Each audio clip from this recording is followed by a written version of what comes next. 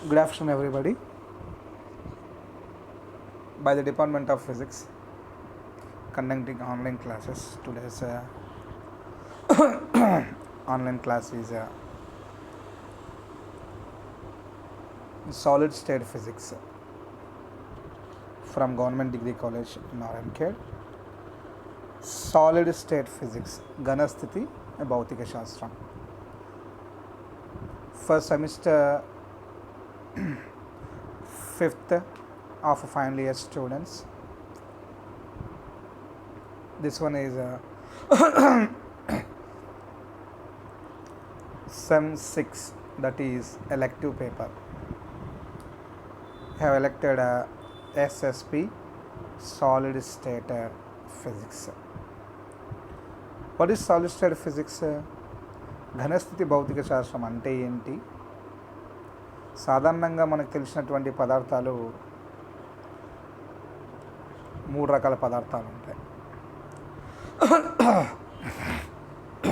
ఘన పదార్థాలు, ద్రవ పదార్థాలు, వాయు పదార్థాలు అని చెప్పేసి అంటారు. ఘన పదార్థాలని వేటిని అంటాం? ఏ పదార్థాల్లోనైతే అణువులు దగ్గరగా ఉంటాయో ఆ పదార్థాలని ఘన పదార్థాలు అని చెప్పేసి అంటాం. మధ్యస్థంగా కొంచెం దూరంగా ఉన్నటువంటి పదార్థాలని ద్రవ పదార్థాలు అని చెప్పేసి అంటాం. అణువులు చాలా దూరంగా ఉంటే వాటిని వాయు పదార్థాలు అని చెప్పేసి అంటాం. సో ఇలా ఈ నియమిత ఆకారం కలిగినటువంటి ఘన పదార్థాలను గురించి వివరించేటటువంటి శాస్త్రాన్నే మనం ఏమంటామంటే ఘనస్థితి భౌతిక శాస్త్రము అని చెప్పేసి అంటాం. సో ఘన పదార్థంలో ఉన్నటువంటి అణువుల యొక్క నిర్మాణాన్ని ఆధారంగా చేసుకొని కూడా 2 రకాల పదార్థాలు ఉంటాయి. ఘన పదార్థాలు మళ్ళీ కూడా ఇక్కడ చూడండి, ఘన పదార్థాలని స్ఫటిక పదార్థాలు అని చెప్పేసి ఒకటి అంటారు, తర్వాత రూపరహిత పదార్థాలు అని చెప్పేసి అంటాం. సో ఇక్కడ 2 రకాలు, స్ఫటికాలు అని చెప్పేసి అంటాం, రూపరహిత పదార్థాలు అని చెప్పేసి అంటున్నాం. సో స్ఫటిక పదార్థం అంటే ఏమిటి? ఏ ఘన పదార్థాలను అయితే పరమాణువులు క్రమయుతంగా అమర్చబడి నియమిత ఆకారాన్ని కలిగి ఉంటాయో ఆ పదార్థాలని స్ఫటిక పదార్థాలు అని చెప్పేసి అంటాం. సో సాధారణంగా స్ఫటికము అంటే పేరులోనే ఉంది.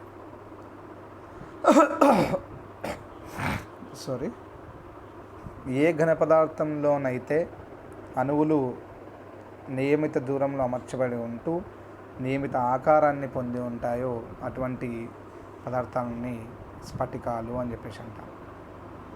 సో సాధారణంగా మనం చూస్తున్నటువంటి బంగారము, అల్యూమినియము, వెండి, వజ్రము మొదలైనటువంటివి స్ఫటిక పదార్థాలకి ఉదాహరణలుగా తీసుకోవచ్చు. వీటి యొక్క ధర్మాలని పరిశీలిస్తే ముందుగా ఇవి విషమదైశికాలు అని చెప్పేసి అంటాం. సునిశ్చితమైనటువంటి నిర్దిష్టమైన ద్రవీభవన స్థానాన్ని కలిగి ఉంటాయి. దీర్ఘ వ్యాపన క్రమాన్ని కలిగి ఉంటాయి. దీర్ఘ వ్యాపక క్రమాన్ని అంటే లాంగ్ షార్ట్లో ఉంటాయి. అదేవిధంగా శీతలీకరణ వక్రాలు కొంతవరకు క్షితిజ సమాంతరంగా ఉంటాయి. సో ఈ 4 పాయింట్లు స్ఫటికానికి సంబంధించినటువంటి ముఖ్యాంశాలు. ఫస్ట్ వన్ ఏంటి? స్ఫటిక పదార్థాలు అనేవి విషమదైశికాలు. 2వ పాయింట్, వీటి యొక్క ద్రవీభవన స్థానం నిశ్చితంగా సున్నితంగా నిర్దిష్టమైనటువంటి తాళాన్ని కలిగి ఉంటాయి. అదేవిధంగా వ్యాపన క్రమం ఏ విధంగా ఉంటుంది అంటే దీర్ఘ వ్యాపన క్రమాన్ని కలిగి ఉంటాయి. శీతలీకరణ వక్రాలు ఏ విధంగా ఉంటాయి అంటే క్షితిజ సమాంతరంగా ఉంటాయి. సో ఇవి స్ఫటికానికి ఉదాహరణలు. స్ఫటికానికి ఉదాహరణలు ఏం తీసుకుంటున్నామంటే బంగారం, వెండి, అల్యూమినియము, వజ్రము మొదలగునవి స్ఫటిక పదార్థానికి ఉదాహరణగా తీసుకుంటున్నాం. సో అదేవిధంగా అస్ఫటిక పదార్థాలు లేదా రూపరహిత పదార్థాలు అని చెప్పేసి అంటాం. సింపుల్, కాంట్రవర్సీ అంటే రివర్స్లో రాస్తాం మనం. ఏ ఘన పదార్థాలనైతే పరమాణువులు క్రమరహితంగా ఉండి ఒక రూపం అనేది ఉండకుండా ఉంటుందో అటువంటి ఘన పదార్థాలని మనం ఏమంటున్నామంటే రూపరహిత ఘన పదార్థాలు అని చెప్పేసి అంటాము. మనకు తెలిసినటువంటి ప్లాస్టిక్, రబ్బర్ మొదలగునవి రూపరహిత ఘన పదార్థాలకు ఎగ్జాంపుల్గా ఇవ్వడం జరుగుతుంది. మరి వాటి యొక్క ధర్మాలని పరిశీలిస్తే ఏ విధంగా ఉంటుంది? ఇవి సమదైశికాలు. అదేవిధంగా వీటి యొక్క ద్రవ్యమాన స్థానం నిర్దిష్టంగా సున్నితంగా ఉండవు. ఏ వ్యాపన క్రమాన్ని కలిగి ఉంటాయి? అల్ప వ్యాపన క్రమాన్ని కలిగి ఉంటాయి. శీతలీకరణ వక్రాలు ఏ విధంగా ఉంటాయి? మృదువుగా ఉంటాయి. సో ఇవి ఘన పదార్థాల్లో ఉన్నటువంటి స్ఫటిక పదార్థాలకి అదేవిధంగా రూపరహిత పదార్థాలకి మధ్య గల భేదాలుగా తీసుకోవచ్చు. స్ఫటిక పదార్థాలు విషమదేశికాలు అయితే రూపరహిత పదార్థాలు సమదేశికాలు. స్ఫటిక పదార్థాల యొక్క ద్రవీభవన స్థానము సునిశ్చితంగా నిర్దిష్టంగా ఉంటే ఇది సునిశ్చితంగా నిర్దిష్టంగా ఉండకుండా ఉంటుంది వీటిలో రూపరహిత పదార్థాలలో. అదేవిధంగా పరమాణువుల మధ్య దీర్ఘకాలిక వ్యాపన క్రమాన్ని కలిగి ఉంటుంది స్ఫటిక పదార్థం, కానీ అల్ప వ్యాపక క్రమాన్ని కలిగి ఉంటుంది రూపరహిత పదార్థం. అదేవిధంగా శీతలీకరణ వక్రాలు అనేవి క్షితిజానికి సమాంతరంగా ఉంటాయి. దేంట్లో? స్ఫటికాలలో క్షితిజానికి వక్రాలు ఏ విధంగా ఉంటాయి అంటే సమాంతరంగా ఉండకుండా మృదువుగా ఉంటాయి. ఇవి స్ఫటిక పదార్థము రూపరహిత పదార్థానికి ఉదాహరణలుగా ఏటిని తీసుకుంటాం, వాటి మధ్య గల తేడాలు మరియు వాటి యొక్క ఉదాహరణలుగా తీసుకుంటే బంగారము, వెండి, అల్యూమినియము, వజ్రము మొదలైనవి స్ఫటికాలం. సోడియం క్లోరైడ్ అదేవిధంగా సీజియం క్లోరైడ్ వీటన్నిటిని కూడా స్ఫటిక పదార్థంగా తీసుకుంటాం. అలా కాకుండా ప్లాస్టిక్, రబ్బర్ సంబంధించినటువంటి కొన్ని వస్తువులను మనం ఏ విధంగా తీసుకుంటామంటే అస్ఫటికాలు, ఎమార్పస్ అని చెప్పేసి అంటున్నాం. సో అస్ఫటిక పదార్థాలు అని చెప్పి ఉదాహరణగా తీసుకుంటున్నాం. మరి ఈ స్ఫటిక పదార్థాల యొక్క స్ఫటిక నిర్మాణాన్ని గురించి వివరించాలి అంటే ముందుగా దేని గురించి వివరించాలి? ప్రమాణ కణం అనేది ఉంటుంది ఒకటి, యూనిట్ సెల్ అని చెప్పేసి అంటాం. సో ప్రమాణ కణము అంటే యూనిట్ సెల్. ఇప్పుడు ఈ స్ఫటికంలో మనం తీసుకున్నటువంటి అణువుల యొక్క అమరిక క్రమయుతంగా ఉండడానికి గల కారణం ఏంటంటే ప్రమాణ కణం. ఏ సాధారణ ఘనాకారం అయితే ఒక ప్రదేశంలో 3 నిర్దిష్ట దిశల్లో స్థానాంతరంగా పునరావృతం చేయడం వల్ల మనకు మొత్తం స్ఫటికం యొక్క నిర్మాణం వస్తుందో దాన్ని మనం ఏమంటున్నామంటే ప్రమాణ కణము అని చెప్పేసి అంటున్నాం. సో ప్రమాణ కణాన్ని మనము యూనిట్ సెల్ అని చెప్పేసి అంటున్నాం. ప్రమాణ కణంలో ఒకే పరమాణువు మాత్రమే కలిగి ఉంటే దాన్ని ఏమంటున్నారంటే ఆది కణము అని చెప్పేసి అంటున్నాం. స్ఫటికం యొక్క నిర్మాణాన్ని వివరించాలి అంటే ముందుగా స్ఫటికంలో ఒక పరమాణులతో కూడినటువంటి నిర్దిష్టమైనటువంటి స్థానాంతరం కలిగినటువంటి ఒక భాగం అనేది ఎల్లప్పుడూ పునరావృతమవుతూ ఉంటుంది. ఆ భాగాన్ని మనం ఏమంటున్నామంటే యూనిట్ సెల్ లేదా ప్రమాణ కణము అని చెప్పేసి అంటున్నాం. సో ఈ ప్రమాణ కణంలో ఒకే పరమాణు ఉంటే వాటిని మనం ఏమంటున్నాం? ఆది కణము అని చెప్పేసి అంటున్నాం. సో స్ఫటిక నిర్మాణాన్ని గురించి వివరించాలి అంటే కంపల్సరీగా జాలక పరామితులు కావాలి. జాలక పరామితులు మొత్తం ఎన్ని ఉంటాయంటే 6 జాలక పరామితులు ఉంటాయి. అందులో 3 ఏమంటున్నారు అంటే అంతర్ముఖ కోణాలు అని చెప్పేసి అంటున్నాం. మిగిలిన 3 ఏమంటున్నాము అంటే ఆది మూలాలు అని చెప్పేసి అంటున్నాం. సో ఈ ఆది మూలాలు 3 ఏమేంటి? అవి ఏబిసి అని చెప్పేసి అంటున్నాం. ఆది మూలాలని ఏబిసిలుగా సూచిస్తాం. ఏ కామా బి కామా సి అంటే మనం తీసుకున్నటువంటి స్ఫటికం యొక్క అక్షాలపై ఏర్పడేటటువంటి అంతర్ఖండాలని ఆది మూలాలు అంటారు. అదేవిధంగా అక్షంతో చేసేటటువంటి కోణాలను ఏమంటున్నారంటే అంతర్ముఖ కోణాలు అని చెప్పేసి అంటున్నాం. A comma B comma C, alpha, beta, gamma ఈ 6 కలిపి ఏమంటారంటే జాలక పరామితులు అని చెప్పేసి అంటారు. ఇక్కడ డయాగ్రామ్ని పరిశీలించండి. డయాగ్రామ్ని పరిశీలిస్తే మనకి ఫస్ట్ ఏ, బి, సి అంతర్ఖండాలు కనిపిస్తున్నాయి. ఎక్స్, వై, జెడ్ అక్షం పైన ఈ 3 ఆది మూలాలు. అదేవిధంగా వాటితో చేసే కోణాలు ఆల్ఫా, బీటా, గామా. సో ఈ 3 ఆల్ఫా, బీటా, గామాలుగా తీసుకుంటున్నాం. ఇట్లా ఆల్ఫా, బీటా, గామా. సో ఈ మూడింటిని కలిపి ఏబిసి, ఆల్ఫా, బీటా, గామాలని మనం ఏమంటున్నామంటే జాలక పరామితులు అని చెప్పేసి అంటున్నాం. మరి ఈ జాలక పరామితులను ఆధారంగా చేసుకొని జాలకం సాధారణంగా 4 రకాలుగా ఉంటుంది. అంటే ఒక స్ఫటిక నిర్మాణాన్ని గురించి వివరించాలి అంటే జాలకం అవసరం పడుతుంది, అదేవిధంగా ఆధారం కూడా అవసరం పడుతుంది. Lattice plus base equals to crystal structure అని చెప్పేసి అంటున్నాం. సో మరి ఈ జాలకం ఏ విధంగా ఉంటుంది?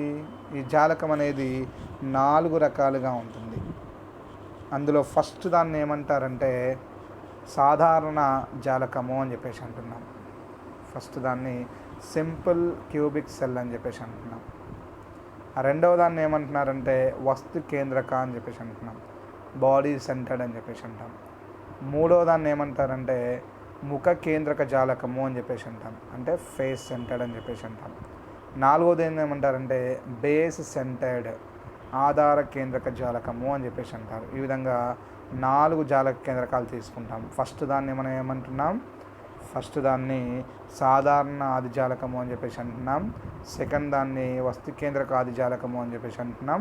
మూడవది ముఖ కేంద్రక జాలకము అని చెప్పేసి అంటున్నాం. నాలుగవది ఆధార కేంద్రక జాలకము అని చెప్పేసి అంటున్నాం.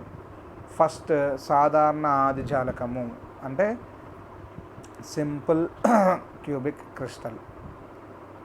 సెకండ్ వన్ వస్తు కేంద్రక, బాడీ సెంటర్డ్. అదేవిధంగా ముఖ కేంద్రక, ఫేస్ సెంటర్డ్. ఆధార కేంద్రక, సాధారణంగా ఫస్ట్ దాని గురించి పరిశీలించినట్టయితే సాధారణ ఆదిజాలకంలో ఉన్నటువంటి బిందువుల సంఖ్య 8. సాధారణ జాలకంలో ఎన్ని ఉంటాయి? 8 బిందువులు ఉంటాయి.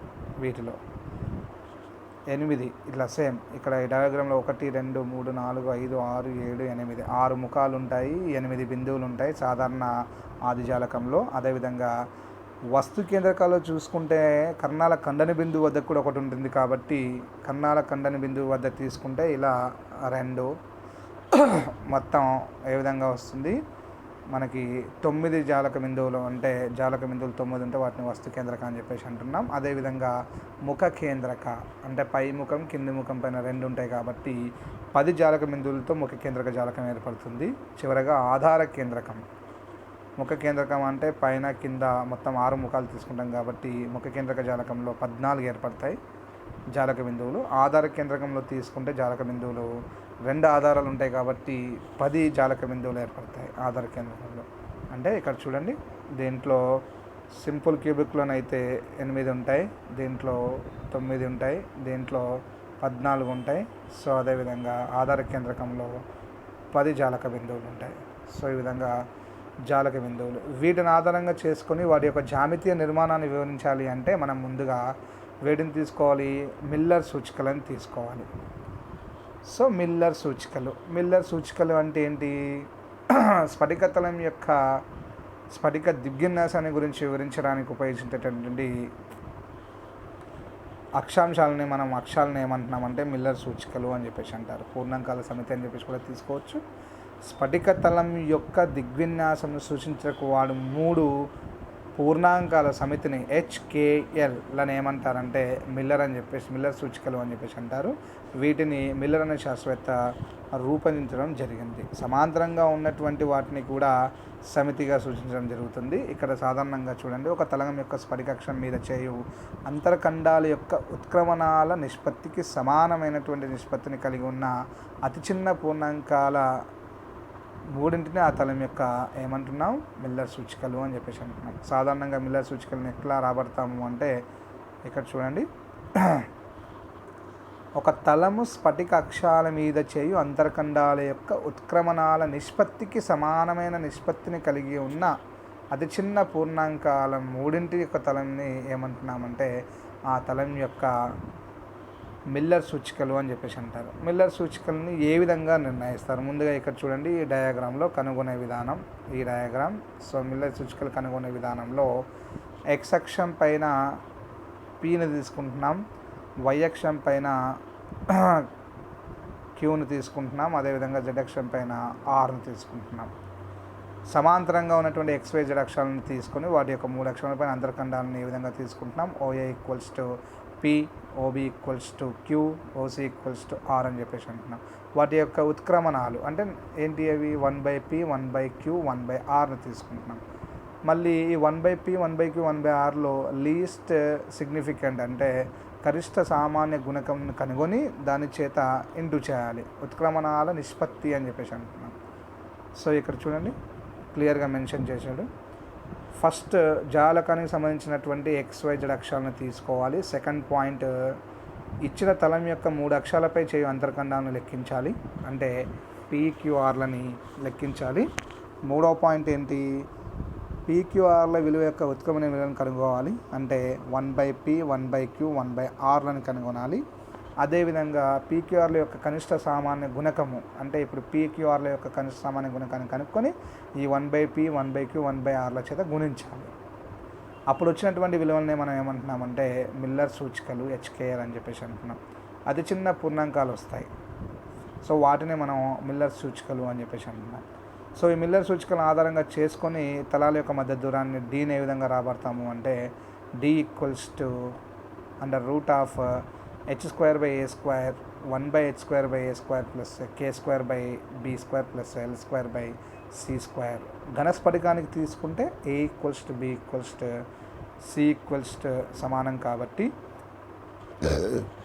a ఈక్వల్స్ b ఈక్వల్స్ cని సబ్స్టిట్యూట్ చేస్తే మనకి జాలక అంతర మధ్య దూరం ఏది వస్తుంది, D equals to a/√h² plus k² plus l² వస్తుంది. సో ఇది మిల్లర్ సూచికలు కనుగొనే విధానం. మిల్లర్ సూచికలు అంటే సాధారణంగా తలం యొక్క ద్విగ్విన్యాసం తెలియజేసేటువంటి పూర్ణాంకాల సమితినే మిల్లర్ సూచికలు అని చెప్పేసి అంటాం. మిల్లర్ సూచికలను HKL చేత రిప్రజెంట్ చేస్తాం. మిల్లర్ అనే శాస్త్రవేత్త కనుగొన్నాడు కాబట్టి ఏ విధంగా కనుక్కుంటాం, ఫస్ట్ ఇచ్చిన తలానికి సంబంధించినటువంటి అంతర్ఖండాలను రాయాలి, PQRలని. ఆ తర్వాత వాటి యొక్క ఉత్క్రమణాలను తీసుకోవాలి, 1/p 1/q 1/rలను తీసుకోవాలి. వాటి యొక్క కనిష్ట సామాన్య గుణిజాన్ని కనుక్కోవాలి, అంటే 1/p 1/q 1/r యొక్క కనిష్ట సామాజిక గుణకాన్ని కనుక్కొని ఆ గుణకం చేత మల్టిప్లై చేయాలి. అప్పుడు మనకు వచ్చేటటువంటి విలువలను ఏమంటున్నామంటే అతి తక్కువ పూర్ణాంకాలు వస్తాయి. సో అతి చిన్న పూర్ణాంకాలనే మనం ఏమంటున్నామంటే తలానికి సంబంధించినటువంటి మిల్లర్ సూచికలు అని చెప్పేసి అంటాం.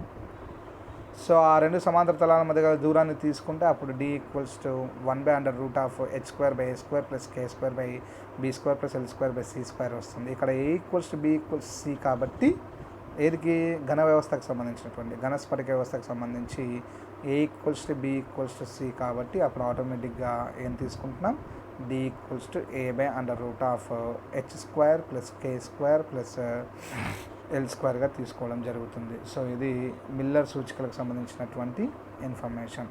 సో వీటిని ఆధారంగా చేసుకొని బ్రావే అనే శాస్త్రవేత్త కొన్ని స్ఫటిక వ్యవస్థలని దానికి సంబంధించినటువంటి ప్రాదేశిక జాలకాలని వివరించడం జరిగింది. ఇక్కడ డయాగ్రామ్లో రాస్తున్నాను. ఏమైందంటే స్ఫటిక వ్యవస్థలు సాధారణంగా ఎన్ని స్ఫటిక వ్యవస్థలు ఉంటాయి, 7 స్ఫటిక వ్యవస్థలు ఉంటాయి. సో క్రిస్టల్ సిస్టమ్స్ అని చెప్పేసి అంటాం. వీటిని బ్రావే అనే శాస్త్రవేత్త ఏం చేశాడంటే 14 ప్రాదేశిక జాలకాలుగా వివరించడం జరిగింది. సో ఇప్పుడు ఇక్కడ హెడ్డింగ్ కరెక్ట్గా మిస్ అయింది. ఈ హెడ్డింగ్ ఏంటంటే స్ఫటిక వ్యవస్థలు.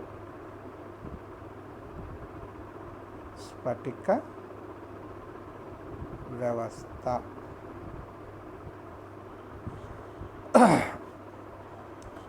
జాలకం యొక్క ఆకారాలని ఆధారంగా చేసుకొని బ్రావే అనే శాస్త్రవేత్త 7 రకాల స్ఫటిక వ్యవస్థలను గురించి వివరించడం జరిగింది. ఈ 7 రకాల స్ఫటిక వ్యవస్థల్లో ఎన్ని ప్రాదేశిక జాలకాలు ఉంటాయి అంటే ప్రాదేశిక జాలకాలు 14 ఉంటాయి.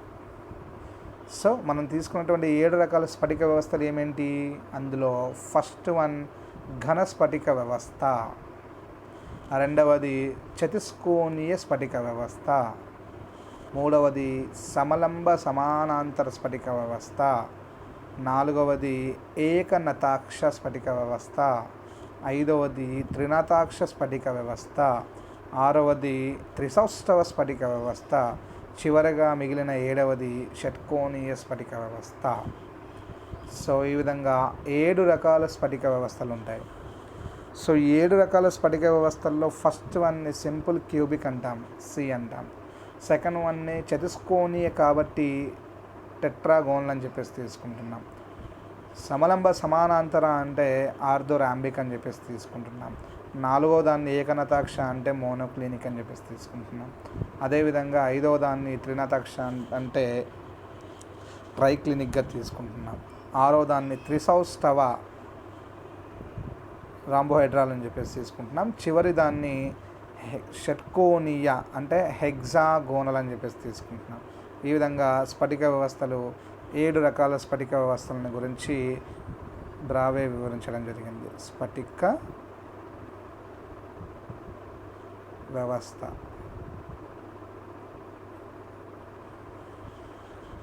సో ఫస్ట్ ఘన స్ఫటికం అంటే ఏంటి అంటే జాలకం యొక్క ఆదిమూలాలు అంతర్ముఖ కోణాలను బేస్ చేసుకొని 7 రకాల స్ఫటిక వ్యవస్థలు, అందులో మళ్ళీ 14 రకాల ప్రాదేశిక జాలకాలను గురించి వివరించడం జరిగింది. సాధారణంగా జాలకాలు 4 రకాలు.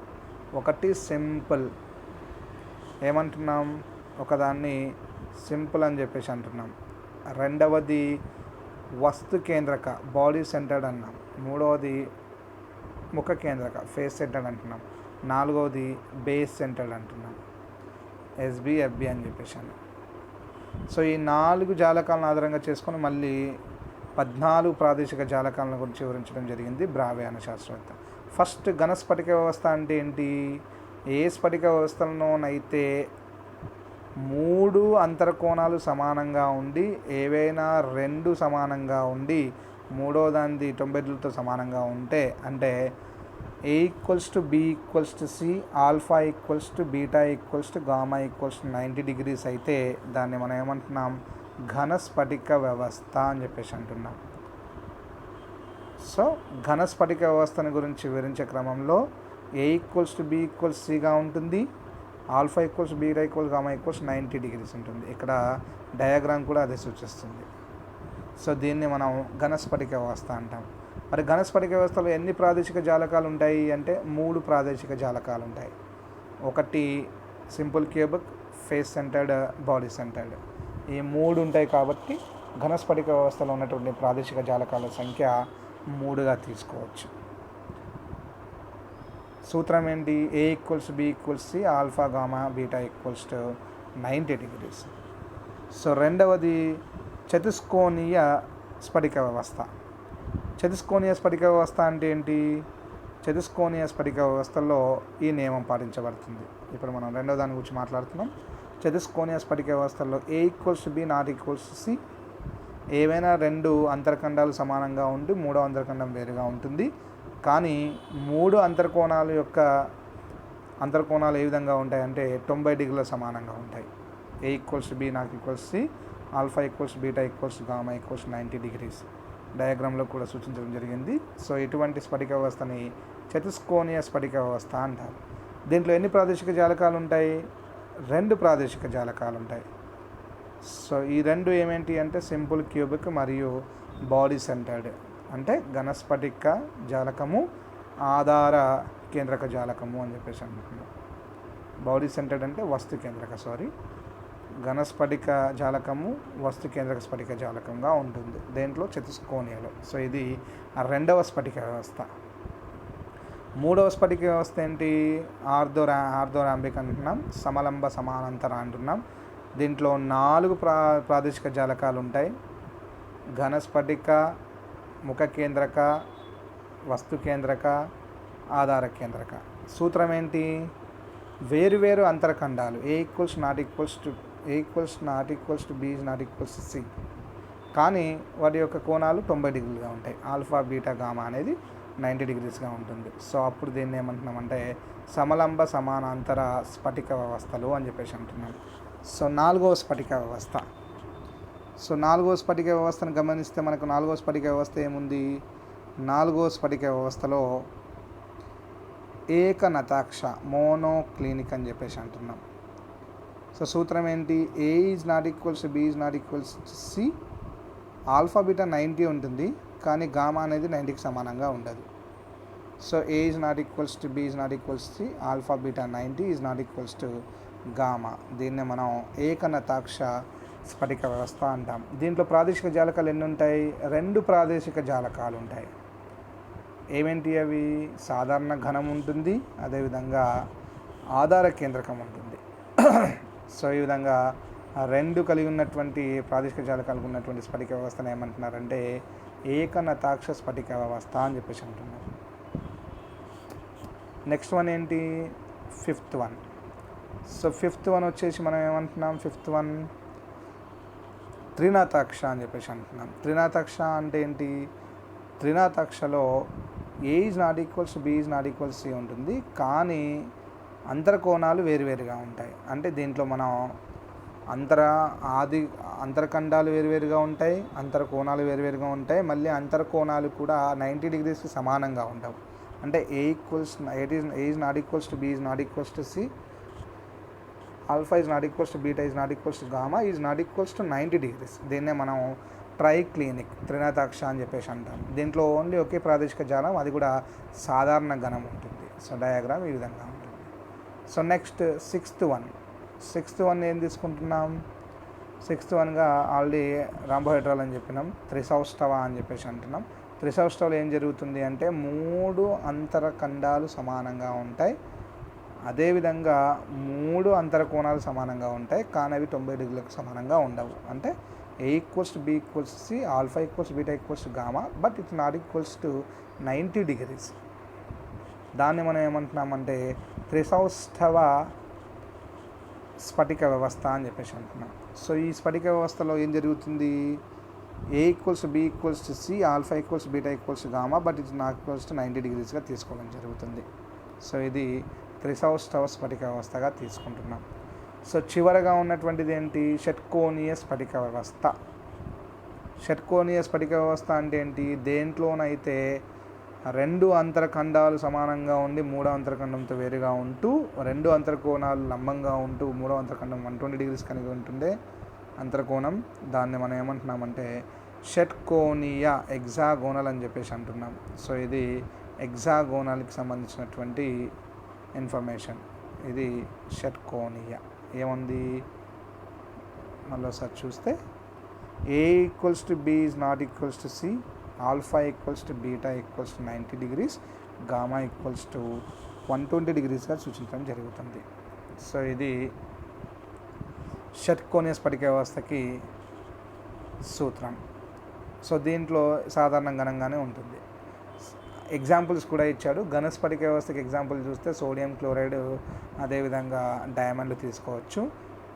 చతుష్కోణీయ స్ఫటిక వ్యవస్థను తీసుకుంటే నికెల్ సల్ఫేట్, వైట్ టిన్ అని చెప్పేసి తీసుకోవచ్చు. అదేవిధంగా సమలంబ సమానాంతరం 3వ స్ఫటిక వ్యవస్థను తీసుకుంటే potassium nitrate, barium sulphate, manganese silica అని చెప్పేసి తీసుకోవచ్చు. అదేవిధంగా ఏకనతాక్ష స్ఫటిక వ్యవస్థను తీసుకుంటే సోడియం సల్ఫేట్, ఫెర్రస్ సల్ఫేట్, బోరాక్స్గా తీసుకోవచ్చు. త్రినతాక్ష స్ఫటిక వ్యవస్థకు కాఫర్ సల్ఫేట్, పొటాషియం పరమంగనేట్ కూడా తీసుకోవచ్చు. అదేవిధంగా త్రిసౌష్టవం తీసుకుంటే కాల్షియం సల్ఫేట్, క్వార్జ్ కాల్షైట్లని మనం ఎప్పుడు అంటుంటాం కాబట్టి అవి త్రిసౌష్టవ కిందికి వస్తాయి. సో అదేవిధంగా సిలికాని మరియు జింకైట్ని మనం ఏ విధంగా తీసుకోవచ్చు అంటే షట్కోణీయ స్ఫటిక వ్యవస్థగా తీసుకోవచ్చు. ఈ విధంగా మనం స్ఫటిక వ్యవస్థల గురించి మాట్లాడడం జరుగుతుంది. ఇక్కడ చూడండి, ఈ స్ఫటిక వ్యవస్థలు సాధారణంగా 7 రకాల స్ఫటిక వ్యవస్థలు. ఈ 7 రకాల స్ఫటిక వ్యవస్థలలో మొదటి స్ఫటిక వ్యవస్థకి ఏం పేరు చెప్పాము? ఘన స్ఫటిక వ్యవస్థ అని చెప్పేసి అంటున్నాం. రెండవ స్ఫటిక వ్యవస్థని చతుష్కోణీయ స్ఫటిక వ్యవస్థ అని చెప్పేసి అంటున్నాం. 3వ స్ఫటిక వ్యవస్థని సమలంబ సమానాంతర స్ఫటిక వ్యవస్థ అని చెప్పేసి అంటున్నాం. 4వ స్ఫటిక వ్యవస్థని ఏకనతాక్ష స్ఫటిక వ్యవస్థ అని చెప్పేసి అంటున్నాం. 5వ దాన్ని త్రినాతాక్ష అని చెప్పేసి అంటున్నాం. 6వ స్ఫటిక వ్యవస్థని త్రిసౌష్టవ స్ఫటిక వ్యవస్థ అని చెప్పేసి అంటున్నాం. 7వ స్ఫటిక వ్యవస్థని షట్కోణీయ స్ఫటిక వ్యవస్థ అని చెప్పేసి అంటున్నాం. ఇక్కడ నేను పక్కన హింట్ రాశాను, CTOMTTH,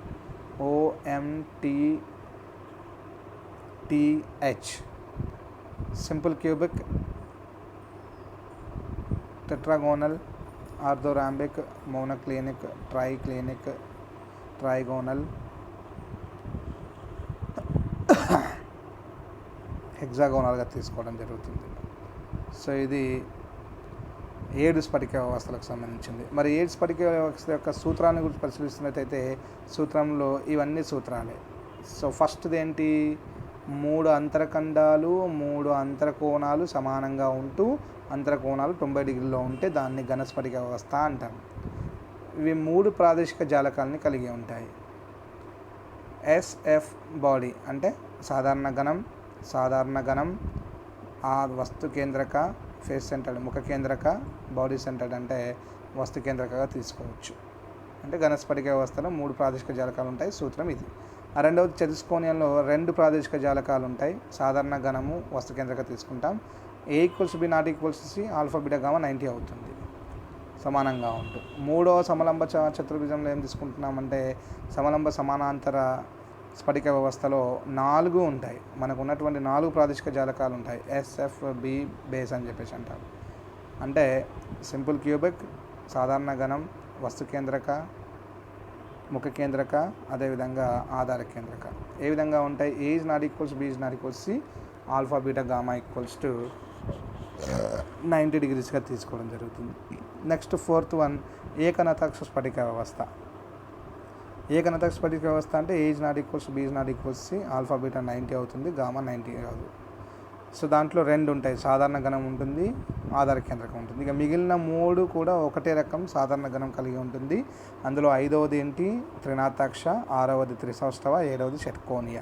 5వ త్రినాతాక్షను చూసుకుంటే A is not equals B is not equals C, alpha beta gamma కూడా ఒకదాంతో ఒకటి సమానంగా ఉండకుండా 90 degreesకు విరుద్ధంగా ఉంటాయి. అదేవిధంగా A equals B equals C, alpha beta gamma 90, alpha beta gamma సమానంగా ఉంటే ఈజ్ నాట్ ఈక్వల్స్ టు 90గా ఉంటే దాన్ని త్రిసౌష్ఠవ అంటాం. A equals to B is not equals C, alpha equals to beta 90 degrees, gamma 120 అయితే దాన్ని హెక్సాగోన్లు అని చెప్పేసి అంటున్నాం. సో ఎగ్జాంపుల్స్ ఏంటి?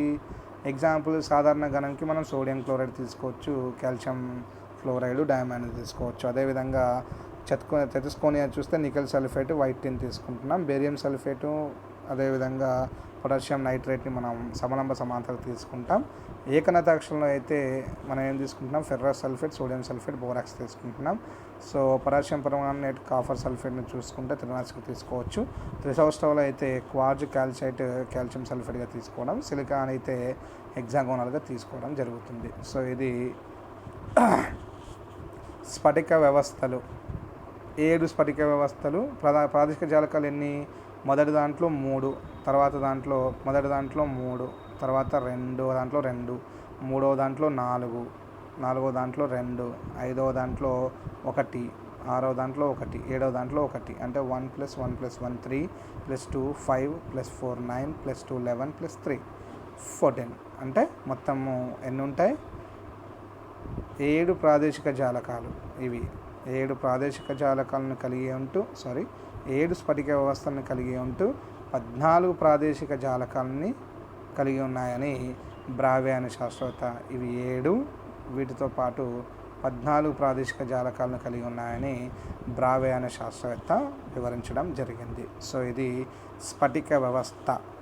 స్ఫటిక నిర్మాణము అనగానేమి, అంతకంటే ముందు ఘనస్థితి భౌతిక శాస్త్రం అంటే ఏంటి, సాలిడ్ స్టేట్ ఫిజిక్స్, అదేవిధంగా ఘనపదార్థాల యొక్క రకాలు, ఘనపదార్థాల్లో ఉన్నటువంటి స్ఫటికం అనగానేమి, అస్ఫటికం అనగానేమి, అస్ఫటికం అంటే రూపరహితము, స్ఫటికాన్ని యొక్క నిర్మాణాన్ని గురించి వివరించేటటువంటి ఆధారము జాలకం ఏ విధంగా ఉంటుంది, వాటికి సంబంధించినటువంటి ప్రమాణకణం ఏ విధంగా ఉంది, ఈ ప్రమాణకణాన్ని ఆధారంగా చేసుకొని స్ఫటికం యొక్క నిర్మాణాన్ని గురించి వివరించాలి అంటే జాలక పరమితులు ఏ విధంగా ఉన్నాయి, అంతరకోణాలు, ఆదిమూలాలు, అదేవిధంగా మిల్లర్ సూచికల్ని ఏ విధంగా రాబడతాం. సో మిల్లర్ సూచికల్ని ఉపయోగించి ఒక తలం యొక్క దిగ్విన్యాసాన్ని గురించి ఏ విధంగా వివరిస్తాము. చివరగా long important question, very important question, స్ఫటిక వ్యవస్థల గురించి వివరణ, బ్రావే జాలకాలకు సంబంధించినటువంటి స్ఫటిక వ్యవస్థలు, ప్రాదేశిక జాలకాల యొక్క వివరణ. బ్రావే ఏం చెప్పాడంటే 7 స్ఫటిక వ్యవస్థలు ఉంటాయి, దానికి సంబంధించినటువంటి 14 ప్రాదేశిక జాలకాలు ఉంటాయని చెప్పేసి వాటి యొక్క నిర్మాణాన్ని, వాటి యొక్క సూత్రము, అదేవిధంగా వాటికి సంబంధించినటువంటి ఉదాహరణల గురించి కూడా ఇవాళ కాన్సెప్ట్లో మనం వివరించడం జరిగింది. సో ఇది చాలా ఇంపార్టెంట్. సాలిడ్ స్టేట్ ఫిజిక్స్ పీజీలోనే ఒక సపరేట్ డిపార్ట్మెంట్ ఉంటుంది, సాలిడ్ స్టేట్ ఫిజిక్స్. ఎక్కడైనా కానీ దీనిపైన క్వశ్చన్స్ అడిగే ఛాన్సెస్ చాలా ఎక్కువగా ఉంటాయి, కాంపిటేటివ్లో అయినప్పటికీ కూడా, అదేవిధంగా ఏ ఎంట్రన్స్లో అయినప్పటికీ కూడా. ఫైనల్ సెమిస్టర్ కాబట్టి చివరి సెమిస్టర్లో ఉన్నటువంటి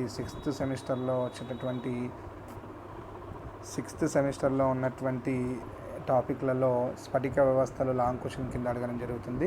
మిల్లర్ సూచికలు, అదేవిధంగా స్ఫటిక నిర్మాణం గురించి షార్ట్ బిట్లో అడగడం జరుగుతుంది. మిల్లర్ సూచికల పైన కంపల్సరీగా క్వశ్చన్ వస్తుంది, ప్రాబ్లం వస్తుంది. ఈ స్ఫటిక వ్యవస్థలు అయితే ఖచ్చితంగా చదవాల్సిందే. సో ఈ స్ఫటిక వ్యవస్థల గురించి వివరించడం, అదేవిధంగా బ్రావే యొక్క ప్రాదేశిక జాలకాలు 14 రకాల గురించి వివరించడం జరిగింది. సో దీనిపైన కాన్సంట్రేట్ కంపల్సరీ చేయాల్సి ఉంటుంది. స్ఫటిక నిర్మాణము, మిల్లర్ సూచికలు, జాలక అంతర్కోణాలు, అంతర్ఖండాలు, అదేవిధంగా ప్రాదేశిక జాలకాలు, సాధారణంగా జాలకం యొక్క రకాలు, 4 రకాలు ఏ విధంగా ఉంటాయి? సాధారణ గణము, వస్తు కేంద్రక, ముఖ కేంద్రక, ఆధార కేంద్రక అని 4 రకాలు ఉంటాయి. అదేవిధంగా స్ఫటిక వ్యవస్థలు 7 రకాల స్ఫటిక వ్యవస్థలు, వాటికి సంబంధించినటువంటి 14 రకాల ప్రాదేశిక జాలకాలను గురించి ఇవాళ కాన్సెప్ట్లో వివరించడం జరిగింది. ఓకే, సో ఇది చాలా చాలా ఇంపార్టెంట్ కాబట్టి కాన్సన్ట్రేట్ చేయండి. Okay, so thank you one and all.